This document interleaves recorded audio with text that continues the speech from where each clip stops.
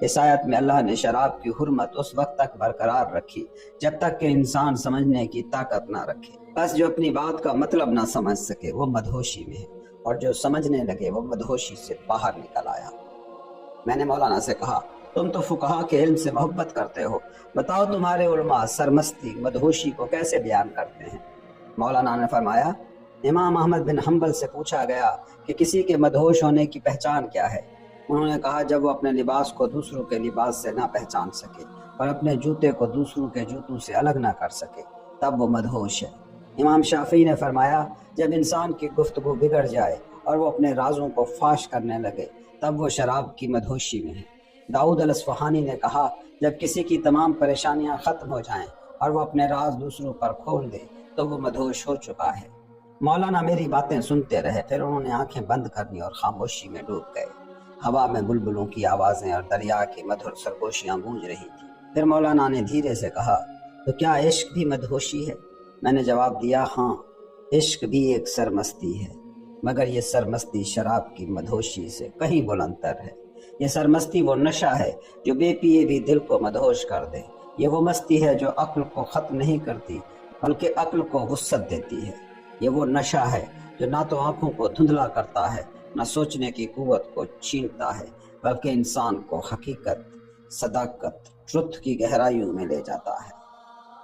انہوں نے بلند آواز میں کہا، ہاں شمس، ہم وہ لوگ ہیں جو بے پیے مدہوش ہیں، ہم وہ لوگ ہیں جن کا نشہ عشق الہی ہے۔ پھر وہ وجد میں آ گئے اور دریا کے کنارے بلند آواز میں سما کرنے اور رقص کرنے لگے۔ سرمستی دو حقیقتوں کو اپنے اندر سمو لیتی ہے، ایک لذت کی موجودگی اور دوسرا ادراک، پرسپشن کی کمی۔ سرمستی کا مطلب کبھی صرف ان میں سے ایک ہوتا ہے اور کبھی دونوں حقیقتیں بیک وقت اس میں جمع ہو جاتی ہیں۔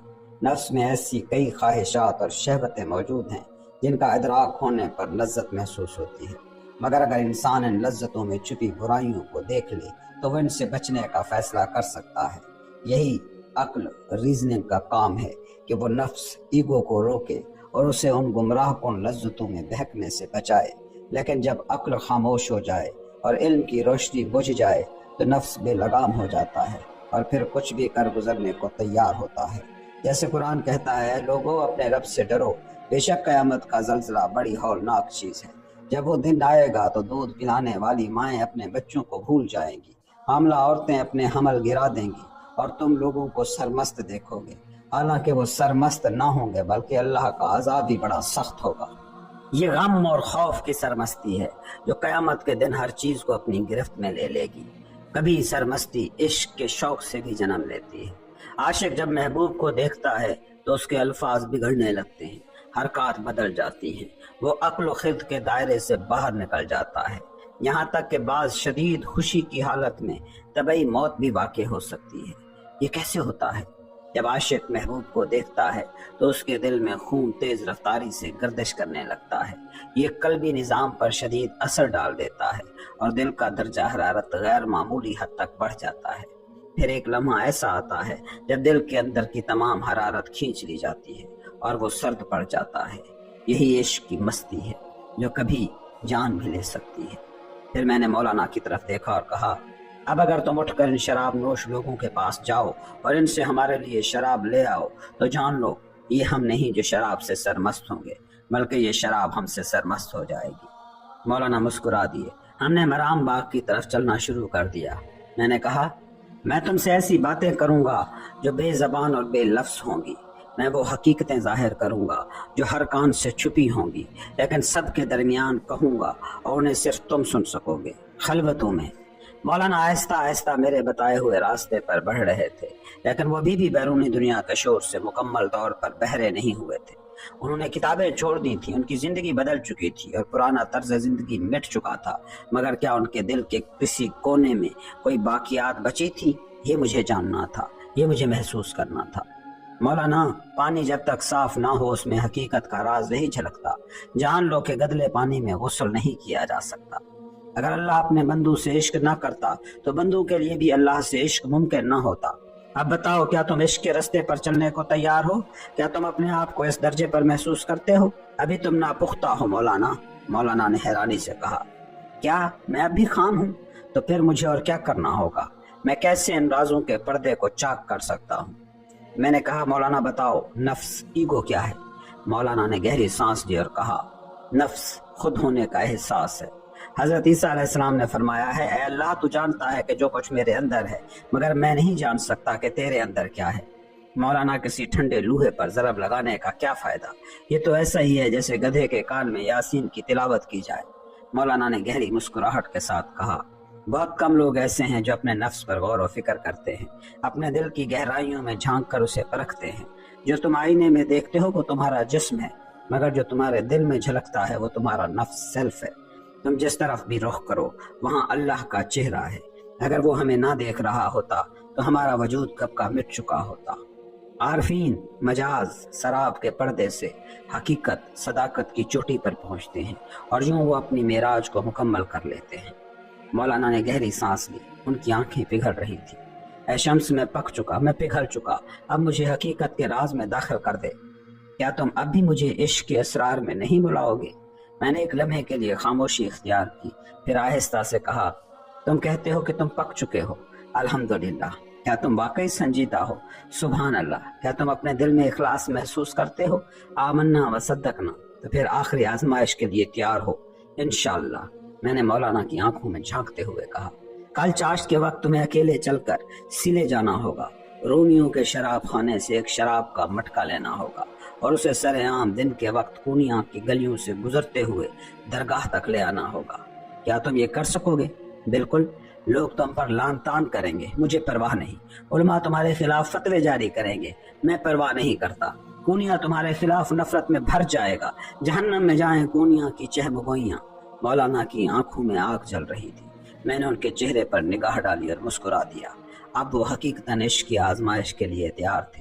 میں نے مولانا سے کہا تھا اچھا تو پھر کل دیکھیں گے کیا تم واقعی سچے ہو یا نہیں۔ اگلی صبح سورج کی پہلی کرنوں کے ساتھ مولانا بغیر کسی کو کچھ کہے سلے کی طرف روانہ ہو گئے۔ وہاں پہنچ کر ایک مٹی کا مٹکا خریدا جس کی شکل اور رنگ اتنے نمایاں تھے کہ ہر کوئی پہچان سکتا تھا کہ یہ شراب ہے۔ بازار گلیاں اور چوراہے لوگوں سے بھرے ہوئے تھے، موسم صاف اور دھوپ چمک رہی تھی، بچے کھیل رہے تھے، عورتیں گھروں کی کھڑکیوں سے جھانک رہی تھیں، بازار میں سوداگر خرید و فروخت کر رہے تھے۔ مولانا نے وہی مٹکا کندھے پر رکھا اور خاموشی سے پسینے میں شرابور درگاہ کی طرف چلنے لگے۔ یہ کیا؟ یہ مولانا، وہی مولانا جو ہمیں دین سکھاتا تھا، وہی مولانا جو ہمیں حلال و حرام کی تلقین کرتا تھا۔ لوگوں دیکھو یہ شراب اٹھایا جا رہا ہے۔ مارکیٹ کے بیوپاری بول اٹھے، یہ قیامت کی نشانی ہے۔ جب مولوی خود شراب لے کر چلے تو سمجھو کہ عذاب قریب ہے۔ پردہ نشین عورتیں اپنی کھڑکیوں سے چیخنے لگی، ہائے افسوس، یہ کیا دن دیکھنا نصیب ہوا۔ یہی تھا ہمارا امام، یہی تھا ہمارا پیشوا۔ علماء چہمگوئیاں کرنے لگے، یہ بہت بڑا فتنے کا دن ہے، اب اس کی پیروی کون کرے گا؟ یہی ہمیں شراب کے حرام ہونے کے فتوے سناتا تھا۔ لوگ مولانا کے پیچھے چلنے لگے۔ پہلے سرگوشیاں تھیں، پھر آوازیں بلند ہوئیں، پھر نعرے اور لان تان ہونے لگے۔ مولانا پسینے میں شرابور خاموشی سے درگاہ کی دہلیز پر پہنچ گئے۔ میں پہلے ہی چند درویشوں کے ساتھ درگاہ کے دروازے پر انتظار کر رہا تھا۔ مولانا جیسے ہی پہنچے میں نے زمرد کی سبز چادر سے ان کا پسینہ پونچھا، پھر میں نے ان سے شراب کا مٹکا لیا اور بلند آواز میں کہا اے غافلو، اے ظاہری اعمال پر فریفتہ لوگو، تم یہاں مولانا کو شرمندہ کرنے، انہیں برا بھلا کہنے، ان پر لعنت کرنے آئے ہو۔ تم سب نے یہ فیصلہ کر لیا کہ مولانا گناہگار ہے کیونکہ وہ شراب کا مٹکا لے کر آیا ہے۔ تم سب نے یہ گمان کر لیا کہ وہ ایک دنیاوی مولوی ہے جو فقط جبہ تسبیح اور داڑھی کا محتاج ہے۔ تم بہرے ہو، تم اندھے ہو، تم ناشکرے ہو۔ آج سارا کونیا ہار گیا اور صرف مولانا جیت گئے۔ تم سب نے فیصلہ کیا کہ یہ شراب ہے تو لو اپنی شراب پیو۔ میں نے مٹکا الٹا کیا اور زمین پر انڈیل دیا۔ زمین پر جو بہا وہ گہری سرخ شراب نہیں تھی بلکہ وہ خالص دودھ تھا۔ یہ دیکھ کر مولانا کے ہوش اڑ گئے، ان کے گھٹنوں نے ان کا ساتھ چھوڑ دیا اور وہ زمین پر گر کر رونے لگے۔ یہ آنسو حیرت کے تھے، یہ آنسو حقیقت کے پردہ اٹھنے کے تھے، یہ آنسو عشق کی سچائی کے تھے۔ میں نے انہیں نرمی سے اٹھایا، ان کا ماتھا چوما اور کہا تم نے اپنی آزمائش اپنے جسم کے پسینے اور اپنی روح کے نور کے ساتھ جیت لی۔ میں نے ان کا ہاتھ پکڑا، انہیں اپنی خلوت میں لے گیا۔ وہ بیٹھے، میں نے ان کے دائیں کان میں سرگوشی کی اور جیسے ہی میں نے الفاظ ادا کیے وہ اچانک اٹھے اور بلند آواز میں پکارا اللہ اکبر۔ ان کی آواز اتنی شدید تھی کہ دور کہیں ایک بچہ نیند سے جاگ اٹھا۔ مولانا اب دنیا کے فتووں سے بے نیاز تھے، وہ عشق کی حقیقت میں فنا ہو چکے تھے اور وہ جان چکے تھے کہ یہ دنیا فقط ایک پردہ ہے اور حقیقت اس پردے کے پیچھے کہیں چھپی ہے۔ موسیقی کی دھن میں ایک راز چھپا ہے، اگر میں اسے فاش کر دوں تو دنیا الٹ پلٹ ہو جائے۔ ہر صبح میں اور مولانا نماز فجر کے بعد قرآن پڑھتے، وہ تلاوت کرتے میں سنتا، میں پڑھتا وہ سماعت فرماتے۔ قرآن کے ذکر کے بعد مولانا نے اپنا زانو میرے زانو سے لگایا اور میں نے قرآن کریم کو بوسہ دیا اور رحل پر رکھ دیا۔ اگر قرآن ایک ذکر ہے تو انسان کا جواب بھی ایک ذکر ہے۔ یہ وہ ذکر ہے جو اللہ نے اپنے انبیاء کے ذریعے ہم تک پہنچایا۔ اللہ کی یاد دلانے والی ہر چیز ذکر ہے۔ ذکر کے بغیر عشق نہیں، اور عشق کے بغیر نفس آئینے میں خود کو نہیں دیکھ سکتا۔ کچھ لوگ خفیہ ذکر کا ایک تصور گھڑ کے بیٹھے ہیں۔ یاد رکھنے کی کوئی پوشیدہ صورت کیا ہو سکتی ہے کہ اندھوں کے بازار میں آئینہ بیچا جا سکتا ہے۔ شور ذکر نہیں اور بت کی طرح جم کر بیٹھنا رابطہ نہیں۔ ذکر سما ہے، ذکر موسیقی ہے۔ نئے بانسری کی سانس میں چھپا ذکر ہزاروں درویشوں کی تسبیحوں سے زیادہ بامانی ہے۔ کل سے ہم نماز سے پہلے نئے بجائیں گے، ٹھیک ہے؟ ٹھیک ہے شمس، کیا ہم کچھ موسیقی پر بات کریں؟ کیوں نہیں، کہو، ساز چھیڑو تاکہ معانی ہماری روح میں سرایت کریں۔ موسیقی بھی اللہ کا ذکر ہے، پتوں کی سرسراہٹ، بہتے پانی کی نغمگی، سب ایک ذکر ہے۔ یہ کائنات موسیقی کے سر سے بیدار ہوئی ہے۔ موسیقی ہماری ازلی پکار کی بازگشت ہے۔ یہ وہ صدا ہے جو اللہ سے عشق کو بیان کرتی ہے۔ یہ روح کا لمس ہے، اس کا لطیف ترجمہ تمہارے آنے سے پہلے نہ سما تھا، نہ موسیقی، نہ عشق۔ شمس آیا، مولانا عشق میں ڈوب گئے۔ مولانا کے الفاظ موسیقی بن گئے۔ ان کی گفتگو میری روح کو گداز کرنے لگی۔ ان کے پاس ایک ایسا حال تھا کہ ادب لاچار تھا، فصاحت اس کے آگے جھک گئی۔ میں مستی میں آ گیا، ایک وجد طاری ہوا اور میں پکار اٹھا، اللہ! میں نے دروازے پر کھڑے درویش کو بلایا، میرے کمرے سے ایک بانسری لے آؤ۔ مولانا حیرت میں پڑ گئے۔ جب بانسری لائی گئی تو اس میں کوئی سوراخ نہ تھا۔ میں نے اس پر سانس پھونکی تو خلا پیدا ہوا۔ جب میں نے انگلیاں اس پہ رکھی تو اس میں دراڑیں پڑ گئیں، سوراخ پیدا ہو گئے، راہ کھلی۔ میں مولانا کی طرف متوجہ ہوا اور کہا، ہم نئے کی طرح ہیں، اس بانسری کی طرح، ہماری صدا تم سے آتی ہے۔ اللہ نے سب سے پہلے بانس کو پیدا کیا اور اس میں اپنا راز پھونک دیا۔ مولانا نے کہا، بس ہماری سما کی تقسیم میں ہماری نئے اسرافیل کے سور کی مانند ہے۔ میں نے خاموشی سے سر جھکا کر اس بات میں جواب دیا، شیطان میں ایک چیز کے سوا تمام انسانی صفات موجود ہیں۔ شیطان عشق سے نابلد ہے، عشق اسے عطا ہی نہیں ہوا۔ عشق فقط آدم کے بیٹوں کو ودیعت کیا گیا۔ یہی وہ کمی ہے جس کے باعث شیطان انسان سے حسد کرتا ہے، یہی اس کی محرومی کا زخم ہے۔ ہم اپنی خلوت میں گفتگو کر رہے تھے، باتوں کا رخ پھر شیطان کی طرف مڑ گیا۔ مولانا نے پوچھا، شیطان شے ہے یا شر؟ میں نے کہا، شیطان عشق سے محرومی کا نام ہے، بس اتنا ہی۔ مولانا نے پوچھا، شیطان نے ہمیں سجدہ کیوں نہ کیا؟ اس انکار کے پیچھے کون سا راز تھا؟ میں نے جواب دیا، شیطان کا تجھے سجدہ نہ کرنا دراصل تجھے اس راز میں شریک کرنے کی خواہش تھی، یہیں پر گناہ سرزد ہوا۔ شیطان نے حد سے تجاوز کیا، وہ انسان کے ساتھ مل کر فرشتوں کے مقام سے آگے بڑھنا چاہتا تھا، وہ دوبارہ قرب الہی پانا چاہتا تھا، شاید اسی لیے اس نے آدم کو سجدہ نہ کیا۔ ایک مشتعل دیوانے کی طرح انسان سے حسد میں مبتلا ہو کر اللہ کے قریب تر ہونے کی خواہش میں، مگر شیطان یہ نہ جان سکا کہ عشق کے بغیر اللہ تک رسائی ممکن نہیں۔ یہی اس کی سب سے بڑی نادانی تھی، اور اسی عشق کی محرومی نے اسے حسد میں جلا دیا۔ مولانا نے کہا، تو کیا اللہ کے قریب ہونے کے لیے انسان ہونا ضروری تھا؟ کیا اسی لیے اس نے آگ سے ایک انسان بننا چاہا؟ میں نے کہا، فرشتوں کی معصومانہ اطاعت کے مقابلے میں شیطان کی جلتی ہوئی آگ اور انسان کا وہ راز جس میں نور اور نار یکجا ہو کر اللہ کی تسلیم و رضا میں فنا ہونے والے تھے، شیطان اس حقیقت سے بے خبر رہا۔ اگر اسے معلوم ہوتا کہ اس کی اپنی آگ بھی انسان کے وسیلے سے اللہ کے قریب ہو سکتی ہے تو کیا وہ آدم کو سجدہ نہ کر دیتا؟ مولانا نے سر جھکا کر کہا، اب ہم جانتے ہیں کہ ابلیس انسان کو آگ میں جھونکنے کی جتنی بھی کوشش کرے وہ بے نتیجہ رہے گی، مگر اگر انسان تقوی اختیار کرے تو وہ اپنے اندر کے شیطان کو بھی سجدے پر مجبور کر سکتا ہے۔ میں نے کہا، بعض لوگ ایسے ہیں جو مرنے کے بعد جہنم کا ایندھن بنیں گے، مگر شکر ہے اس دنیا میں وہ آگ نہیں بنیں گے۔ یہ دنیا آئینے میں چھپے ہوئے راز کی مانند ہے۔ یہ راز عشق اور موت کے درمیان ایک باریک حجاب ہے۔ عشق کی وہ واحد کنجی ہے جو اس راز کو کھول سکتی ہے، اور اس دروازے کا قفل موت ہے۔ اگر ہم اس دنیا کو مرنے سے پہلے اپنے دل میں مار دیں تو آئینے پر کوئی حجاب باقی نہ رہے اور سب کچھ عیاں ہو جائے۔ وہ شیطان بھی جو ہر چیز میں چھپا ہے، ہم اسے اس کے ماتھے کے گیسوں سے پکڑ کر فوراً اللہ کے حضور چکا سکتے ہیں۔ مولانا نے گہری سانس لی اور کہا، تقوی اختیار کرنے والے انسان پر شیطان کا کوئی اختیار نہیں، وہ بس اپنا زور زبردستی جتانے کی کوشش کرتا ہے۔ وہ کبھی نہیں سوتا، مگر مسلسل ذکر ہی ہمیں اس سے محفوظ رکھ سکتا ہے۔ جب ہر ذرہ اللہ کے ذکر میں محو ہو جاتا ہے، جب ہر لمحہ ہر جہت میں کائنات کی وحدت کے ساتھ ہم آہنگ ہو جاتا ہے، تو وہ لمحہ آتا ہے جب شیطان شکست کھا جاتا ہے اور انسان محفوظ ہو جاتا ہے۔ تب شیطان کے لیے کوئی جائے پناہ باقی نہیں رہتی اور وہ انسان کے سامنے سجدہ ریز ہو جاتا ہے۔ میں نے کہا، موسیٰ کا عصا سانپ کو نگل جاتا ہے اور انسان کا دل اس سرکش شیطان کو بھی اللہ کے سامنے سجدے میں جھکا دیتا ہے۔ جب انسان اپنے دل کے راز کو جان لیتا ہے، جب وہ اپنے سب حجابات اٹھا دیتا ہے، تب وہ حدوں سے نکل کر سیدھا اللہ کے قرب میں پہنچ جاتا ہے۔ تب وہ الفاظ بھی چھوڑ دیتا ہے اور سدرۃ المنتہا کے اس پار گزر جاتا ہے۔ اے انسان جو تاریکی کے سائے میں قید ہے، اپنے دل کے اندر موجود اس روشنی کو پہچان۔ یہ روشنی تجھے جنت میں ودیعت کی گئی تھی اور یہی امانت لے کر تو دنیا میں اتارا گیا تھا۔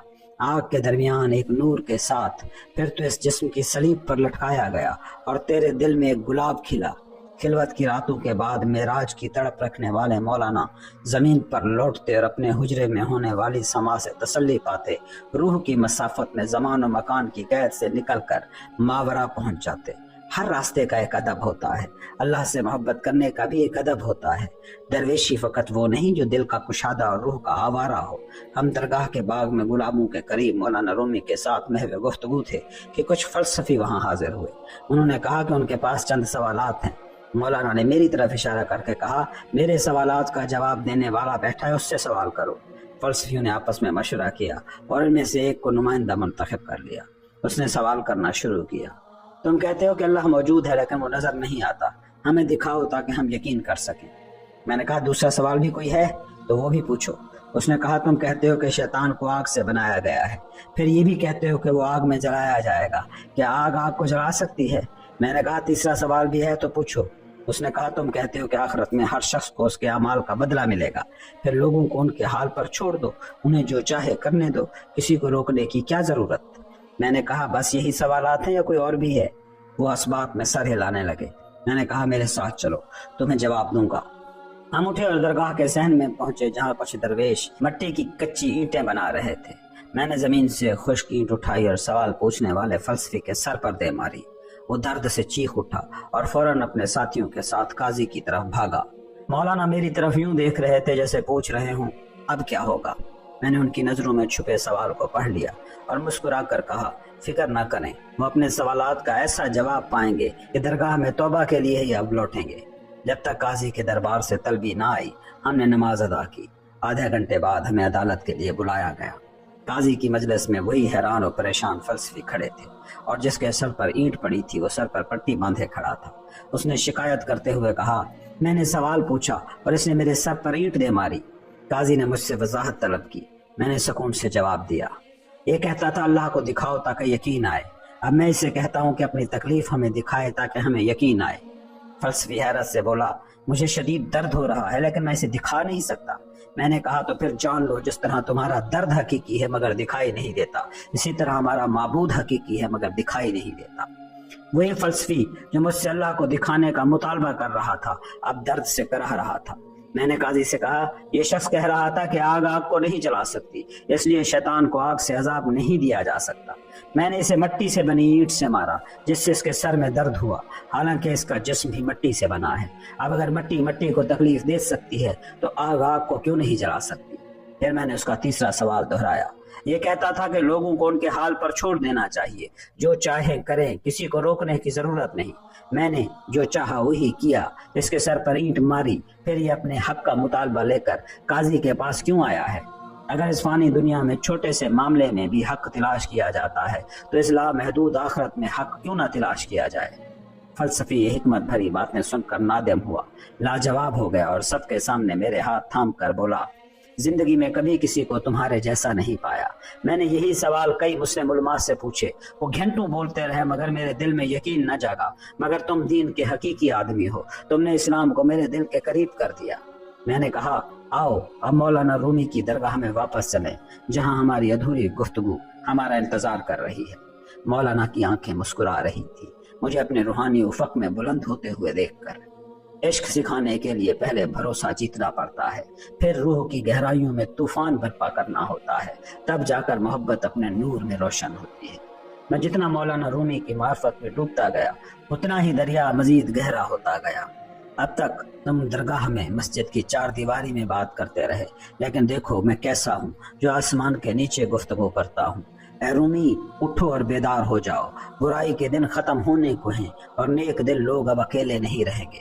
اللہ کی محبت ان قریب ہر دل میں اترنے والی ہے۔ جس دل میں عشق جاگے، جہاں دعا گونجے، وہاں شیطان کا کوئی بس نہیں چل سکتا۔ آگ قریب آ رہی ہے، اپنی ساری شدت کے ساتھ یہ جلائے گی اور جل کر فنا بھی ہو جائے گی، لیکن یہ آگ کس نے بھڑکائی؟ شیطان نہیں، میں مولانا شیطان کی نہیں اس انسان کی بات کر رہا ہوں جو انسان بننا چاہتا تھا لیکن درندہ بن گیا۔ قابیل نے حابیل سے دشمنی کیوں رکھی؟ کیا کوئی انسان جہنم کو دیکھے بغیر جنت کو پہچان سکتا ہے؟ مولانا نے آسمان کی طرف دیکھا اور کہا ہم نے وقت کی قدر نہ کی۔ جنت میں واپسی ہمیں عطا ہونے والا ایک انعام تھی۔ ہم سے کہا گیا تھا کہ ہم اس بے دھوئیں کی آگ سے دور رہیں۔ ہمیں خود کو پہچاننا تھا، مگر یا تو ہم آگ میں گر گئے یا غلاظت میں۔ آہ نفس، تو ہی اصل مسئلہ ہے۔ رات کا سایہ گہرا ہوتا جا رہا تھا، سفید کبوتر اپنے پر سمیٹ رہے تھے، ٹھنڈا دریا ہمارے قدموں کے قریب بہہ رہا تھا اور چیلوں کی آوازیں سنسان رات کو اور بھی بھیانک بنا رہی تھی۔ کہیں دور پہاڑ کے اس پار سورج طلوع ہونے کا انتظار کر رہا تھا، وہ روشنی لانے کے لیے بے قرار تھا۔ لیکن کیا تم جانتے ہو مولانا وہ کیا جہنم دینے والا ہے؟ اور ایک دن ایک عیسائی عورت تیرے دروازے پر آئے گی، ہاتھوں میں ایک مردہ پرندہ لیے۔ وہ مردہ پرندہ اس کا نفس ہوگا، اس پر اپنی روح کی سانس پھونک دو، توبہ کے پانی سے اسے سیراب کرو تاکہ وہ اسلام کے نور میں جی اٹھے۔ اے تنور امید کا مسکن بن جا، ہزار بار بھی اگر کوئی اپنی توبہ توڑ دے اسے پھر سے جگا دے، سجدے میں بہنے والے آنسوؤں کو سمیٹ لے تاکہ وہ بکھرے دلوں کو سکون دے سکیں۔ اے آگ اپنے شوروں کو ٹھنڈا کر دے اور تیرے بعد بوندیں آئیں جو موتی اور مرجان کی صورت میں برکت بن کر برسیں۔ جہاں بھی برائی ہو وہاں جا مولانا، ابلیس کی دم کو آگ لگا دے۔ مرنے سے پہلے مر جانے والے الفاظ کو برے لوگوں سے آزاد کرا، ورنہ انسان جو روشنی کو ایک تیز شعلہ سمجھتا ہے جلتے ہوئے جہنم کی طرف دوڑتا رہے گا۔ نور اگرچہ روشنی ہے لیکن ہر روشنی نور نہیں، خون میں خون اور آگ میں آگ ہی نظر آتی ہے۔ ابلیس کی بے دھوئیں کی آگ میں پرندوں کو مت جلنے دو مولانا۔ مولانا رومی نے درد کی تپش میں جلتے ہوئے ایک لفظ سے گفتگو کا آغاز کیا۔ ہم دونوں اللہ کی طرف دوڑنا چاہتے تھے، بلا تاخیر، بلا توقف۔ مولانا نے کہا آؤ ایک دوسرے کی آنکھوں میں دیکھ کر اس بے دھوئیں کی آگ کے درمیان سے گزر جائیں۔ جو بھی ہوگا ہو جائے، چلو اللہ کے حضور پہنچے، روئیں اور ہمارے آنسو خالص موتیوں کی طرح ازل کی وسعتوں میں بہہ جائیں۔ مولانا نے کہا میں تھک گیا ہوں، اس فانی جسم کی قید میں رہ کر بہت تھک گیا ہوں۔ آؤ کسی گمشدہ خاموشی میں، کسی تنہائی کی گود میں، نماز میں کھو جائیں، روحانی موسموں کی خوشبو میں گم ہو جائیں۔ میں نے مولانا کا ہاتھ تھاما، انہیں اٹھایا اور ہم دونوں ایک ساتھ گردش میں آ گئے، دو ارواح ایک رقص۔ مولانا نے کہا اصل گناہ جیسی کوئی چیز نہیں، یہ ایک فریب ہے، ایک دھوکہ جو شیطان نے دماغوں میں بٹھا دیا تاکہ اپنی غلاظت کو چھپا سکے۔ وہ اپنے گناہ میں دوسروں کو شریک کرنا چاہتا ہے۔ میں نے پوچھا کیا ہم بغیر گناہ کیے جنت میں رہ سکتے تھے؟ کیا ہم ایک دوسرے کو دوسرے کی عدم موجودگی میں پہچان سکتے تھے؟ مولانا نے کہا یہی تو امتحان ہے، اگر تمہارے اندر سچائی اور خلوص ہے تو تم اس آزمائش میں سرخرو ہو جاؤ گے۔ یہی دنیا کی فانی حقیقت کا اصل مطلب ہے۔ راز میں ہوں، جب راز ہٹ جائے تو دوسرا بھی ختم ہو جاتا ہے۔ مولانا نے کہا عشق ہوس سے نفرت کرتا ہے، تمہیں معلوم ہے کیوں؟ کیونکہ ہوس محض لذت اور کشش کی غلامی ہے۔ یہ ہمیشہ تمہارے سامنے ایک لاش رکھے گا، کبھی کبھار کوئی تازہ گوشت بھی دے دے گا، لیکن جو شخص ان لذتوں سے بچ جائے اسے دنیا دیوانہ کہتی ہے، اور شکر ہے میں دیوانہ ہوں۔ سوچنے کی بھی ایک عزت ہوتی ہے، ہم بہت عجلت میں سوچتے ہیں، چلتے چلتے سفر میں یا کسی اور مصروفیت میں، مگر غور و فکر، مراقبہ، کنٹمپلیشن کی رفتار نہیں ہوتی، یہ رفتار کا محتاج نہیں۔ جب کوئی سوچ آئے تو چاہے راستے کے بیچ میں ہی کیوں نہ ہو، بیٹھ جاؤ اور گھنٹوں اس کا لطف لو۔ زمین تیز بارش کو فوری جذب نہیں کرتی، دل بھی آہستہ، وقار کے ساتھ اور گہرائی سے سوچنے کو پسند کرتا ہے۔ مولانا نے کہا جو اخلاق لاشعوری طور پر اپنایا جائے وہ اخلاق نہیں ہوتا، محض نقالی ہوتی ہے۔ ہر ایک کے اندر ایک چھپا ہوا باغ ہے، ہر ایک ایک خاموش آتش فشاں ہے جو پھٹنے کے قریب ہے۔ اگر تم اندر کی آتش فشاں کو نہ بھڑکاؤ تو باہر کی دنیا اسے بھڑکا دے گی اور تمہارا باغ اجڑ جائے گا۔ مولانا نے کہا میں تمہیں زہر دوں گا، اگر تم کمزور ہوئے تو زہر تمہیں مار ڈالے گا، لیکن اگر تم طاقتور ہوئے تو زہر تم میں شہد بن جائے گا۔ کیا تم راضی ہو جلال الدین؟ میں نے جواب دیا میں ایک فرد نہیں، میں ہمیشہ سے روح کا اصل ہوں۔ مولانا نے ایک کاغذ لیا، کچھ لکھا اور دروازے پر چسپاں کر دیا۔ کاغذ پر لکھا تھا جو اس دروازے سے اندر آتا ہے وہ مجھے عزت بخشتا ہے اور جو باہر رہتا ہے وہ مجھے خوش کرتا ہے۔ مولانا نے آخر میں کہا ہمیشہ نئی سچائی کی تلاش میں رہو، میں تمہاری پرانی سوچوں سے میل کھانے والی کوئی چیز دیکھنا نہیں چاہتا۔ کیا میرا کام یہ ہے کہ تمہارے لیے نئی حقیقتیں ڈھونڈ کر لاؤں؟ کل کے ساتھ گزر گیا میرے پیارے، آج ہمیں نئے الفاظ کہنے ہوں گے۔ بتاؤ زندگی کیا ہے؟ کسی ایسی شے سے مسلسل جدا ہوتے رہنا جو مرنا چاہتی ہے۔ کیا میری قربانیاں بس یہیں تک ہیں؟ نہیں، ہرگز نہیں۔ جو چھوڑ دیتا ہے وہ کیا کرتا ہے؟ وہ ایک بلند تر عالم میں پہنچنے کی کوشش کرتا ہے، وہ آگے، مزید آگے اور بلند اور مزید بلند پرواز کرنا چاہتا ہے۔ پرواز کو بوجھل بنانے والی ہر چیز کو پیچھے چھوڑ دینا، یہی ترک دنیا ہے۔ یوں گویا تم اپنی روح کی کھال کو ایک باریک قمیض کی طرح اتار دو اور خود کو پاکیزہ کر لو۔ تو پہلا قدم کیا ہے؟ سب سے پہلے اپنے نفس ایگو کو توڑو، اپنی روح کے پانی سے سیراب ہو جاؤ، محو مستی ہو جاؤ۔ ایسی مستی کی راہ میں اپنے بازو، اپنی ٹانگیں بھی توڑ دو، لیکن حقیقت سے جدا نہ ہو۔ شیطان وہ ہے جو زندگی کو آسان بنانے اور عمر کو دراز کرنے کا فریب دے کر ہر ایک کو دھوکہ دیتا ہے۔ یہ ایک ایسا بدطینت ہونا ہے جو اپنے بے دھوئیں کی آگ میں سب کو بلا رہا ہے۔ ایک چمکدار سانپ جو انسان کو دیے گئے جنت کے خواب سے حسد کرتا ہے۔ یہ ایک ایسا اندھا دجال ہے جو عشق کے حروف کو کبھی نہ پڑھ سکا۔ مولانا جو ہم سے حسد کرتے ہیں، جو ہماری غیبت کرتے ہیں، یہ سب شیطان کے پلے ہوئے لوگ ہیں، لیکن ہم ان شیطانوں اور شیطان صفت انسانوں کی چہم گوئیوں اور جھوٹے پروپیگنڈوں کی پرواہ کیے بغیر عشق کے لیے عشق میں خوابوں اور ایمان سے معمور خالص اور محبت بھری گفتگو کرتے ہیں۔ ہم اللہ کے عشق میں ہیں، ہم عشق کے مالک کو سجدہ کرتے ہیں، ہم اس کا شکر ادا کرتے ہیں جو حقیقی محبت کا واحد وارث ہے۔